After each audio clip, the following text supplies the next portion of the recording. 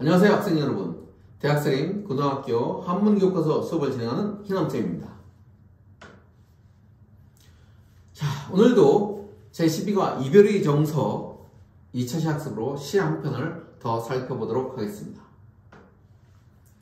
학습 목표는 1차 시와 거의 동일합니다. 한시 형식과 그 특징 및 시상 전개 방식을 통해 한시 내용을 이해하고 감상하도록 하겠습니다. 두 번째, 한문 기록에 담긴 선인들의 지혜, 사상 등을 이해하고 현재적 의미에서 가치 있는 것을 내면화하여 건전한 가치관과 바람직한 인성을 함양하도록 한다입니다. 이별의 시 한 편을 통해서 그 속에 든 감정과 오늘날 여러분들이 경험한 이별의 심정을 한번 비교해보면 좋을 것 같습니다. 자, 오늘 배울 시는 송, 원이, 사, 안서입니다. 송, 보낼 송자입니다. 원이는 이름입니다. 이 시를 지은 사람이 왕유인데 왕유의 친구가 바로 원이입니다. 원이, 친구인 원이를 송, 전송합니다. 사, 사신가입니다. 안서는 지명입니다. 안서라고 하는 곳으로 사신가입니다. 그래서 원이가 안서로 사신가는 것을 전송한다, 이런 얘기입니다. 자, 친구인 원이가 안서는 저쪽 서쪽 변방지역으로 사신가게 되었을 때 그 친구를 전송하면서 이별의 감정을 읊은 시입니다. 먼저 이 시를 이해하기 위해서 기본적인 배경을 좀 살펴보도록 하겠습니다. 이 시에는 뭐와 양관이라고 하는 지명과 위성이라고 하는 지명이 나옵니다. 자, 이 시는 위성에서 쓰여졌습니다. 위성이라고 하는 곳에서 쓰여졌고, 이 위성에서 이제 만나서 이별주를 마시고 헤어집니다. 그리고 나서 안서로 가기 위해서는 이 양관을 거쳐서 안서라고 하는 곳으로 나가게 됩니다. 양관을 벗어나면 안서 땅으로 가게 되는 것이죠. 자, 기본적으로 이 왕유는 당나라 때 사람입니다. 당나라의 시인인데요. 당나라의 수도는 이미 아는 바와 같이 장안입니다. 오늘날 서안이라고도 하는데요. 장안에서 약간 떨어진 외곽에 장안 근처의 수도 장안 근처에 있는 곳이 바로 위성입니다. 근데 이 위성은 예로부터 다른 사람과 이별할 때 많이 갔던 곳입니다. 그래서 이곳은 이별의 장소로 사용되는 곳입니다. 그래서 위성하면 보통 이별의 장소, 이렇게 떠올리면 되겠습니다. 그래서 왕유와 원이도 역시 장안에 있다가, 장안에 관리로 있었죠. 있다가 위성에 가서 현재 만나서 이별주를 마시고 있습니다. 그리고 나서 이제 이 관문은 뭐냐면 서역당으로 들어가는 관문으로 옥문관 남쪽에 있습니다. 어쨌든 서역당으로 들어가는 관문입니다. 그러면 이 관문을 벗어나서 이제 서역으로 가는데 안서라고 하는 것은 지금 원이가 사신 가는 곳이죠. 이 사시는 가는 곳은 이역 만리의 완전한 변방입니다. 저쪽 서쪽 끄트머리, 지금은 신장 위구르 지역이라서 한 번 저쪽으로 가면 거의 돌아오지 못한다는 이야기가 있을 정도로 외진 곳입니다. 그래서 여러분들은 양관이라는 지명과 위성이라는 지명을 살펴보고 시를 가보도록 하겠습니다. 자, 제목은 이미 풀이했었죠? 원이가 안서라는 곳으로, 안서라는 변방으로 사신 가는 것을 전송하면서 지은 왕유의 시입니다. 먼저 시를 봅니다. 읽어보겠습니다. 위성, 조우, 읍, 경진. 마찬가지로 시어 먼저 봅니다. 위성, 좀 전에 살펴봤었죠? 이별의 장소, 위성입니다. 지명이죠. 조우는 아침 비 되었고, 읍자는 적실 읍자입니다. 읍자는 젖다, 젖을 읍자고요. 경진할 때 경은 가벼울 경, 진자는 먼지 진자입니다. 그래서 가벼운 먼지라고 풀이하면 되겠습니다. 객사, 청청, 유색신이라. 객사는 객의 집이죠. 이때 사자는 집사자입니다. 그래서 객이 머무는 곳, 다시 말하면 객사, 오늘날로 말하면 여관, 모텔 정도 되겠습니다. 청청, 푸르고 푸르다, 버드나무 유자죠. 자, 버드나무 유자입니다. 그래서 버들 유자입니다. 버들. 색이니까 버들색, 버드나무 색은 버들빛이라고 풀이를 했네요. 자, 신자는, 요 신자는 새 신자죠. 새 신자는 새롭다. 새롭다라는 것은 어떻다? 싱싱하다. 뭐, 이런 의미가 되겠습니다. 특히 참고로 알아둘 것은 이 버드나무 할 때 이 버드나무는 이별을 상징하는 매개체입니다. 우리 문학사에서. 자, 문학사에서 버드나무는 이별을 상징하는 매개체로 자주 등장한다 라고 하는 것 정도는 참고로 알아두고 가겠습니다. 자, 그 다음에 권군 갱진 일배주입니다. 권군, 권할 군자죠. 군자는 임금군인데 2인칭으로 쓰이면 그대 군자로 쓰입니다. 그대에게 권하는 거겠죠. 그래서 이 군자는 임금군 그대군으로 사용된다. 여기서는 그대군으로 사용되었습니다. 갱, 다시갱자입니다. 다시갱. 더욱 고치다 할 때는 경이라고 했지만 다시를 할 때 갱이라고 해요. 갱진, 다시 다하라, 다시 비우다 이런 얘기죠. 일배, 한 잔배자입니다. 한 잔의 술 되겠습니다. 서출, 서쪽으로 나가다라는 뜻입니다. 양관, 아까 나왔을 때 양관 어떻게입니까? 양관, 안서로 가는, 서역으로 가는 관문이죠. 그래서 양관 지명이고요. 무, 없습니다. 뭐가 고인입니다. 자, 고인은 옛고자에다 사람이 인자인데 이 고인은 옛날부터 친했던 사람, 친구란 뜻이고 옛날부터 친했던 사람이 이제 옛사람이 되었다 그래서 죽은 사람, 오늘날 고인을 죽은 사람이라고 말하니까 삼가 고인의 명복을 빕니다 할 때 죽은 사람인데 이 고인은 뭐 친구란 의미도 가지고 있다. 여기서는 뭐로 쓰였다? 친구란 뜻으로 쓰였다라고 하는 것을 기억하면 되겠습니다. 자, 이제 해석을 해보겠습니다. 위성, 지명입니다. 위성입니다. 위성의 조우, 아침에 비를 했습니다. 위성의 아침 비, 위성의 아침에 비가 내려서 위성의 아침 비는 정진입니다. 그 가벼운 먼지를, 아주 가벼운 먼지를 적셨습니다. 적시니.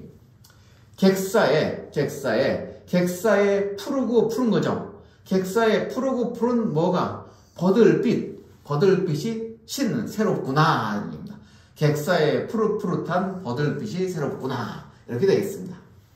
권군, 그대에게 권합니다. 그대에게 권하니 어떻게? 다시 다하라, 다시 다 마셔라, 다시 비우라는 얘기죠. 그대에게 권하니 다시 비우라. 뭐를? 한 잔의 술을 붙이면 그대에게 권하니 다시 한 잔의 술을 비우라죠. 그대에게 다시 한 잔 술 비우기를 권하네. 자, 그대에게 다시 한 잔 술 다하기를 권한다. 이렇게 풀이할 수 있겠습니다. 서쪽으로 양관을 나가면, 서출 양관이죠. 서쪽으로 양관을 나가면 친구가 없다. 서쪽으로 양관을 나가면 친구가 없다. 이 말은 뭡니까?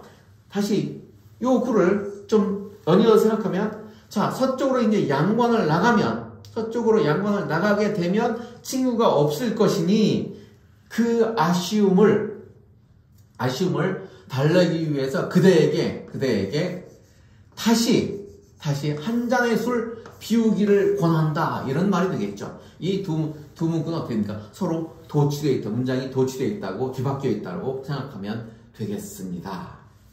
자, 이제 다음 시상 전개를 통해서 좀 더 자세히 살펴보도록 하겠습니다.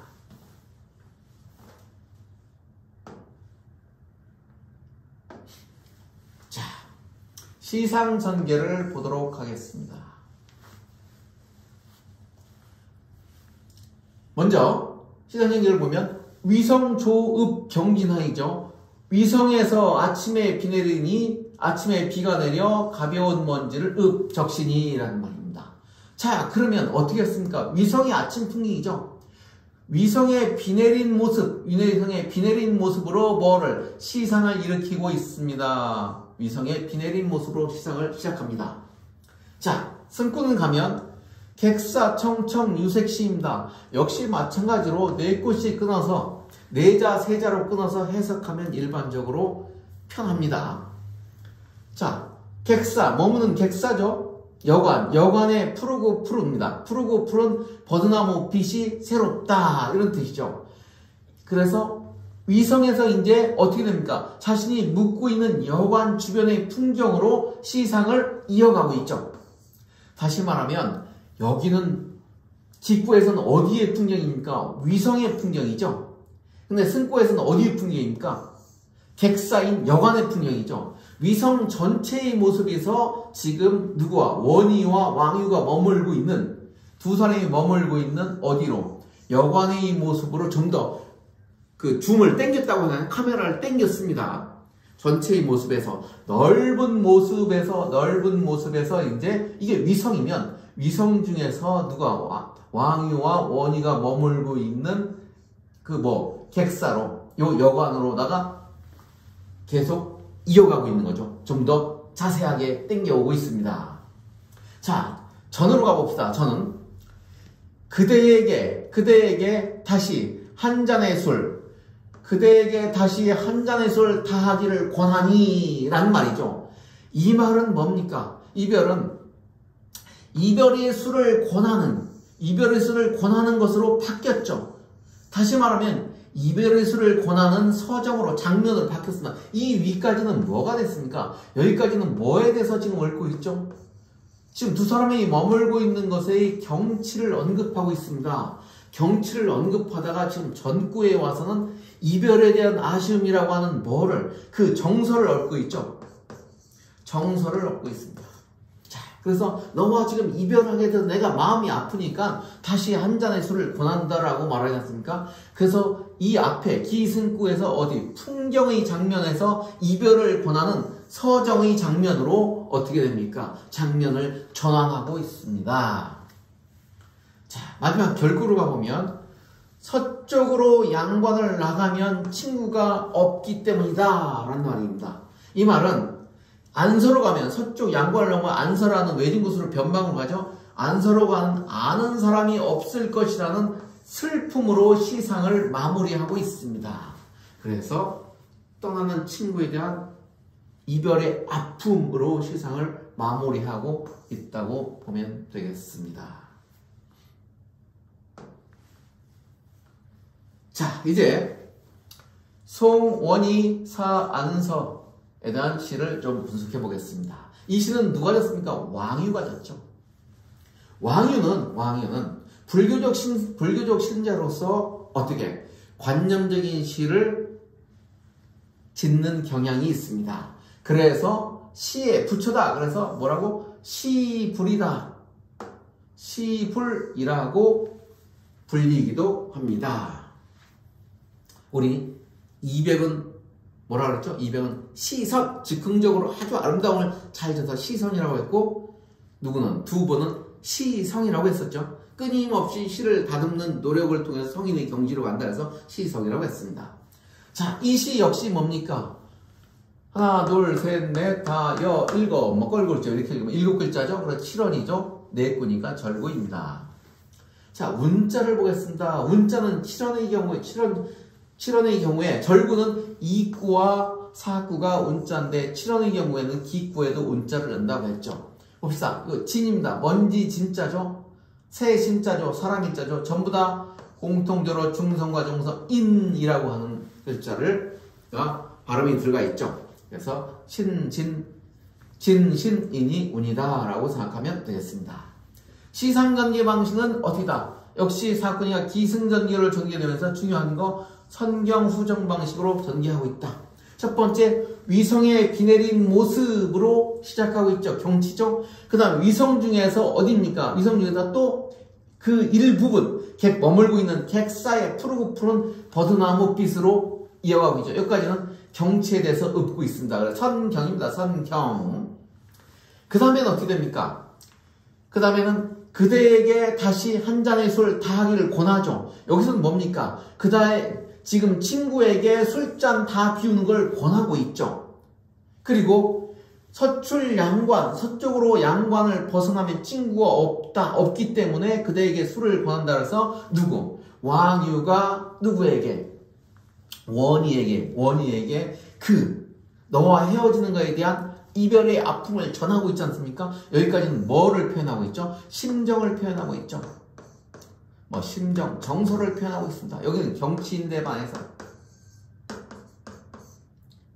그래서 경자를 쳐서 앞서서는 경치를 표현했다, 선경, 뒤에서는 심정을 표현했다, 후정이라고 보면 되겠습니다. 자, 배경은 어디입니까? 배경은 이별의 장소. 당나라 때 이별의 장소인 위성이죠. 위성입니다. 서역으로 떠나는 사람의 이별의 장소입니다. 주제는 이별에 대한 아쉬움일 것이고 이 시의 특징을 보겠습니다. 특징은 아까 첫 번째 번역할 때 말씀드렸듯이 이 시는 뭡니까? 서쪽으로 양반을 벗어나면 친구가 없을 것이니 그대에게 내가 한 잔 술을 더 권하고 싶다라고 해서 내용상으로 기승전결에서 전구와 결구가 어떻게 됐습니까? 도치를 이루고 있다. 그 다음에 아까 이별의 상징물로 버들가지를 얘기했었습니다. 버들가지는 이별의 상징물이다. 문학장치에서. 그리고 이 시는 이별의 백미로 일컬어집니다. 그래서 그 이별의 아픔을 읊기 위해서 마지막 구인 결구는 3번 반복해서 읊었다고 합니다. 위성조우, 읍정진, 객사청전, 유색신, 관군갱진, 일배주하고 서출양관, 무고인, 서출양관, 무고인, 서출양관, 무고인 이렇게 읊었다라고 합니다. 이걸 특징으로 생각해 주시면 되겠습니다. 자, 이제 문제를 보겠습니다. 가나에 대한 설명을 옳지 않은 거 그렇습니다. 가는 7원 율시이다. 7원은 맞죠? 7글자인 7원인데 하나, 둘, 셋, 넷, 기승전결 4구로 되어 있으니까 율시가 아니고 뭡니까? 절부입니다. 이게 틀렸네요. 가는 과장된 표현을 쓰고 있다. 과장된 표현 어디서 쓰고 있습니까? 여기서 쓰고 있죠. 만약에 꿈속에 흔히 다닌 것이 자치가 있다면, 유적 자치가 있다면 문 앞에 돌길이 이미 모래가 될 것이다. 아무리 많이 다니도 돌길이 어떻게 모래가 되겠습니까? 과장된 표현이죠. 가는 임에 대한 그림을 말하고 있다. 그렇죠? 자, 여기서 봅시다. 안부를 묻고 그 다음에 달 밝은 비단 창가에서 첩은 한이 많습니다. 당신에 대한 그리움으로 한이 많이 있는 거죠. 그 다음에 마지막에서도 마찬가지죠. 그 그리움으로 꿈속에 다니니까 돌길이 얼마나 다녔으면 뭘 하게 되겠냐서 그리움의 절정을 표현하고 있다고 볼 수 있겠습니다.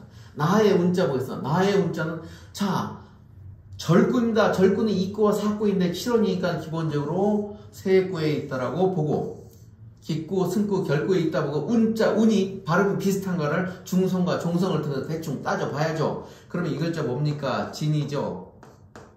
세신이죠. 인이죠. 그러면 여기 초성 때는 인, 초성 때는 인, 초성 뭐 있으나 없으나 인이죠. 그러니까 운이 맞구나, 맞다라고 볼 수 있습니다. 나는 아름다운 경치와 이별의 신상이 되고 싶다. 자, 우에 위성의 경치, 위성 중에서 머물고 있는 객사의 경치를 읊고 있습니다. 여기는 경치를 읊고 있죠. 여기에서 경치를 읊고 있습니다. 그리고 그 밑에서는 그대에게 뭡니까? 그대에게 술을 권합니다. 어떻게? 그대에게 다시 한 잔의 술을 권하는데 서쪽으로 나가면, 서쪽으로 양반을 벗어나면 친구가 없기 때문에 그래서 당신이 이제 떠나가면 더 이상 친구가 없기 때문에 그래 내가 술을 전한다라고 해서 이별의 심정을 전하고 있지 않습니까? 그래서 앞에는 경치, 뒤에는 뭐를? 심정을 통해서 이별의 경치, 아름다운 경치와 이별의 심정이 대비를 이루고 있다. 맞다라고 할 수 있습니다. 자, 이제 12과 과제를 제시하겠습니다. 교과서 93쪽에 보면 송원희, 사안서, 원희가 안서로 사신다는 것을 전송하며에 대한 시를 우리가 학습했는데 그에 대한 감상을 만화, 편지, 다른 거 여러분이 뭐를 선택해 주셨습니다. 자유롭게 한번 다른 매체로 표현해 주시기 바랍니다. 두 번째는 93쪽에 세상에 하나밖에 없는 시 일사구를 체크를 해놓은데 그 일사구를 한번 여러분들이 창의적으로 작성해 주시기 바랍니다. 이상으로 제12과 이별의 정서 한시 학습을 모두 마치도록 하겠습니다. 여러분 고생했습니다.